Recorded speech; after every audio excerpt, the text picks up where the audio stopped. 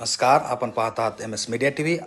औसा शहरात आज वंचित बहुजन आघाडीने दिलेल्या बंदच्या आवाहनाला काही प्रमाणात प्रतिसाद मिळाल्याचे चित्र पाहायला मिळाले.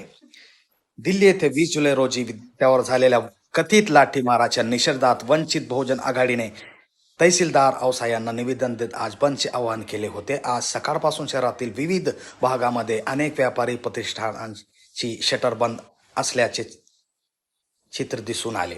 मोबाईल, इलेक्ट्रॉनिक्स, कपडे तसेच इतर काही व्यावसायिक आस्थापनांनी बंदमध्ये सहभाग घेतल्याचे चित्र दिसले, तर काही अत्यावश्यक सेवा आणि काही दुकाने नेहमीप्रमाणे सुरू होती.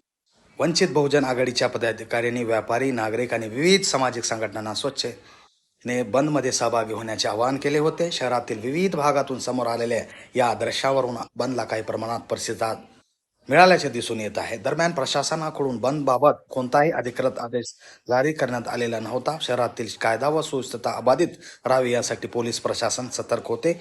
आतापर्यंत कोणतीही अप्रिय घटना घडल्याची माहिती समोर आलेली नाही. ही बातमी वंचित बहुजन आघाडीच्या आवाहनावर आणि शहरातील प्रत्यक्ष पाहणी दरम्यान समोर आलेल्या दृश्यांच्या आधारे सादर करण्यात येत आहे. अशाच विश्वास आणि ताज्या स्थानिक बातम्यांसाठी MS मीडिया टीव्ही सोबत जुळलेले राहा. मी Wasim Siddiqui, MS media TV आणि आमचे सहयोगी शम्स काजी यांच्या माहितीनुसार आम्ही हा व्हिडिओ प्रसारित करत आहोत. जय हिंद, जय महाराष्ट्र.